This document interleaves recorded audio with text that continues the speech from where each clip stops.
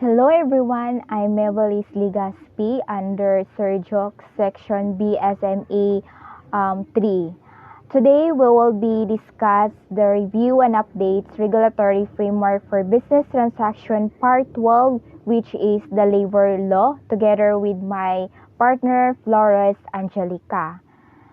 We will just discuss the key ideas that needs to be remembered. So first, Labor Code of the Philippines, otherwise known as Presidential Decree Number 442, prescribes the rights and obligations of employers and employees to each other.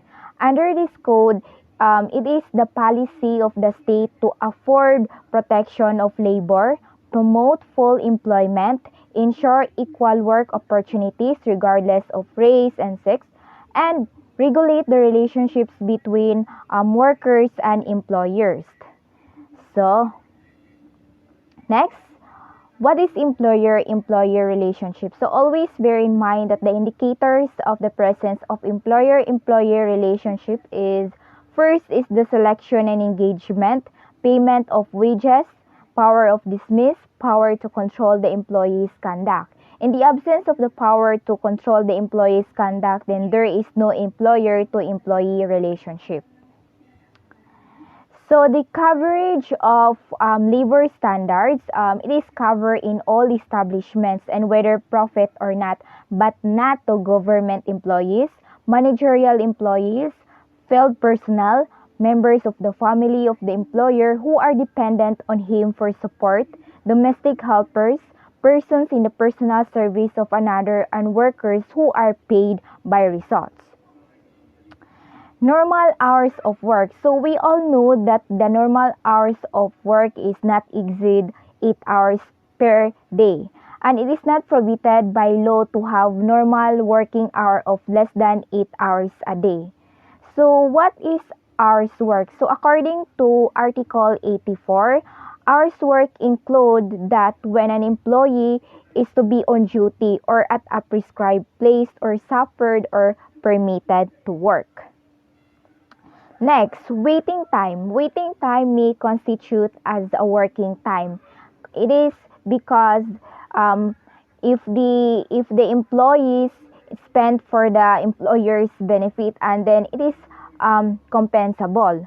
Working while eating. So every employers must give his employees meal time, which is technically a time offer not less than 60 minutes. And basically, it is not compensable time. But if it is less than 60 minutes and shorter than 20 minutes, then it is full pay. Working while sleeping. Sleeping may be considered working time if it is subject to serious interruption or take place under conditions substantially less desirable than would be likely to exist at the employee's home. One of the example, firemen.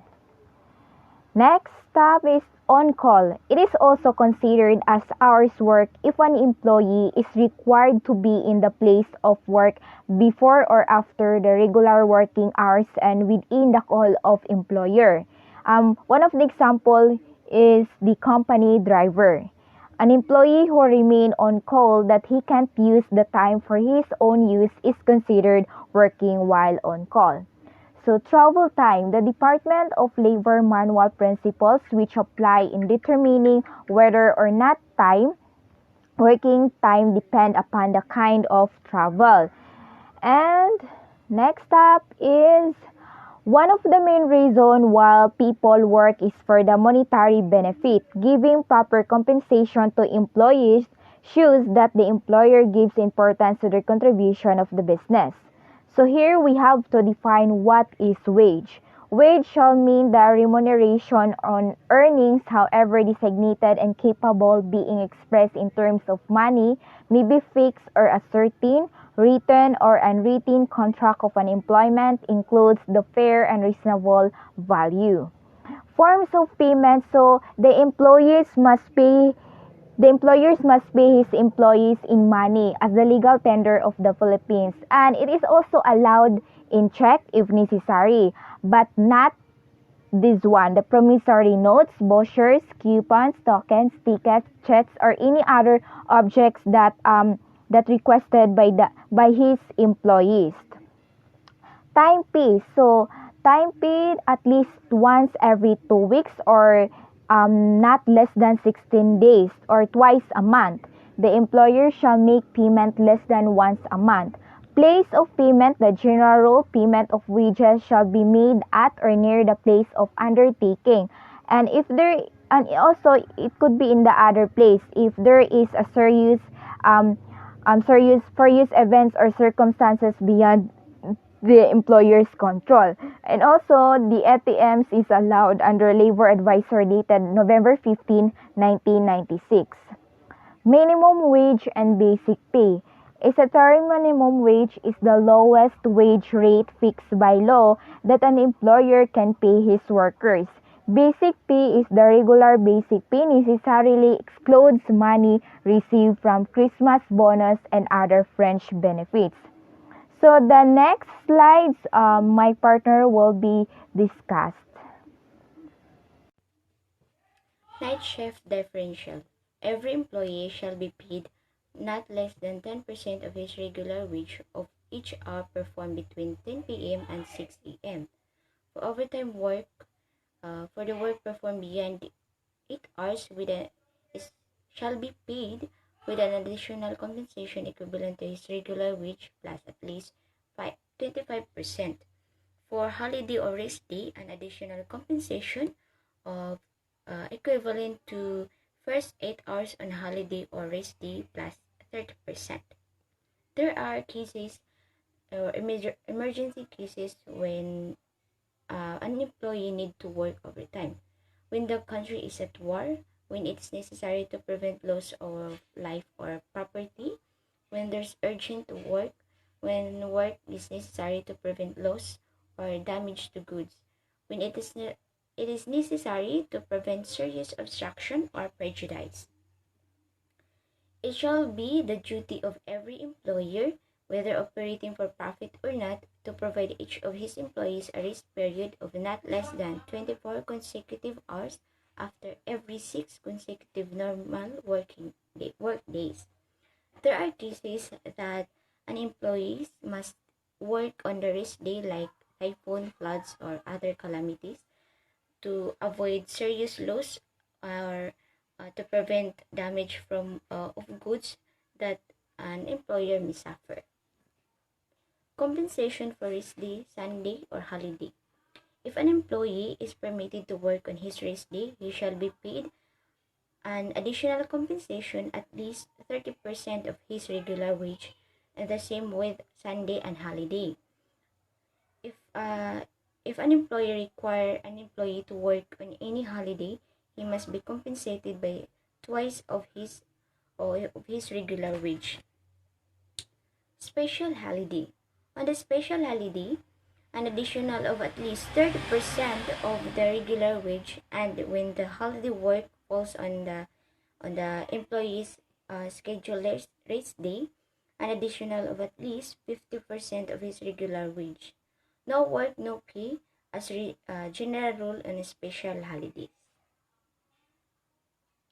Service incentive leave. According to Article 95 of the Labor Code of the Philippines, every employee who has rendered at least 1 year of service shall be entitled to a yearly service incentive leave of 5 days with pay. The period includes authorized absences, unworked weekly rest days, and paid holidays. The basis of conversion shall be the salary rate at the date of commutation. Sick leave. Sick leave is voluntary by their nature. Upon agreement of the parties, they are intended to alleviate the economic condition of the workers. Sick leave benefit under conversion to cash is voluntary, not statutory. Vacation leave. For vacation leave, its purpose is to give laborer a chance to replenish their energies and to be efficient. its benefits and conversion to cash is voluntary. Service charges. Article 96. All service charges collected by hotel, restaurants, and similar establishments shall be distributed at the rate of 85% for all covered employees and 15% for management. The share of the employees shall be equally distributed among them. In case the service charge is abolished, the share of the covered employees shall be considered integrated in their wages.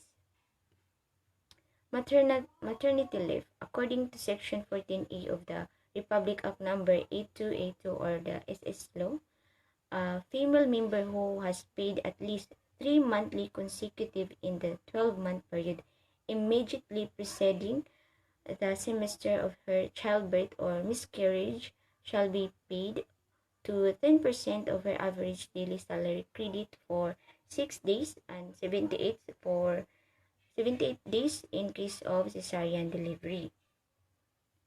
Paternity leave.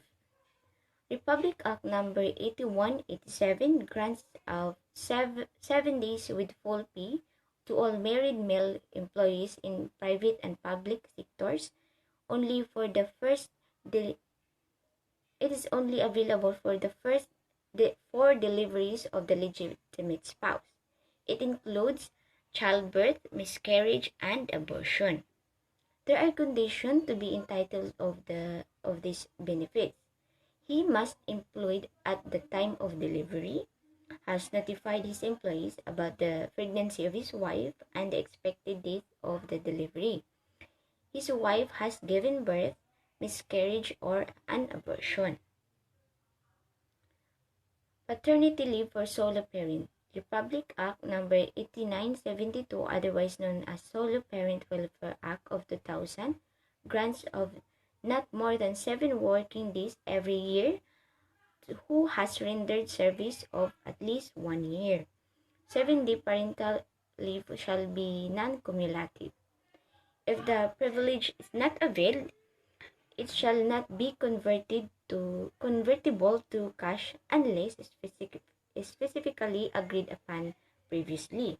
However, if said leave were denied an employee as a result of non-compliance with the provision of these rules by an employer, the aforementioned leave may be used as a basis for the computation of damages. Battered woman leave. Republic Act Number 9262, otherwise known as Anti-Violence Against Women and Their Children Law. It is entitled to a leave of up to 10 days with full pay. To be entitled 10 days with full pay.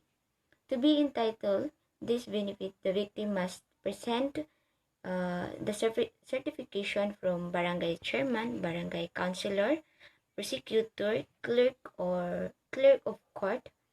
If not availed, then it shall not be convertible into cash and non-cumulative. For 13th month pay. 13th month pay, according to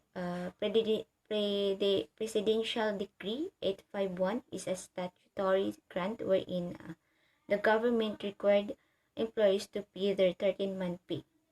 It is 1/12 of the basic salary of of employees within a calendar year. The basic salary includes all the earnings paid by the employer to an employee for the service rendered. The 13th month pay must be payable in money, and it does not change the employee's basic salary. All employers are required to pay not later than 24 of every year, December 24 of every year. 13th month pay excludes managerial and supervisor employee. Prohibition regarding wages. Article 112 states that of the labor code of the Philippines state that no employer shall limit or dispose of wages. He shall not in any manner force or oblige his employees to purchase merchandise, commodities, or other properties from the employer or from any other person, or otherwise make use of any store or service of such employer or any other person. These are the provision from civil code with regards to the wages. Wage deduction. Article 113 states that no employer in his own behalf or in behalf of a person shall make any deduction from the wage of his employees. So there are cases uh, where employer is required or exempted to required to make a deduction or must deduct wage from the from the employee. First, in case where the worker is insured with his consent by employer and the deduction is to recompense the employer for the amount paid by him or as premium on the insurance. For union, in cases where the right of the worker of his union to check off has been recognized by the employer or authorized in writing by the individual worker concerned, and in cases where employer is authorized by law or regulation issued by Secretary of Labor. There are also the following cases deduction or example of deduction of wages are the SSS, Medicare, pag-ibig contribution, and other.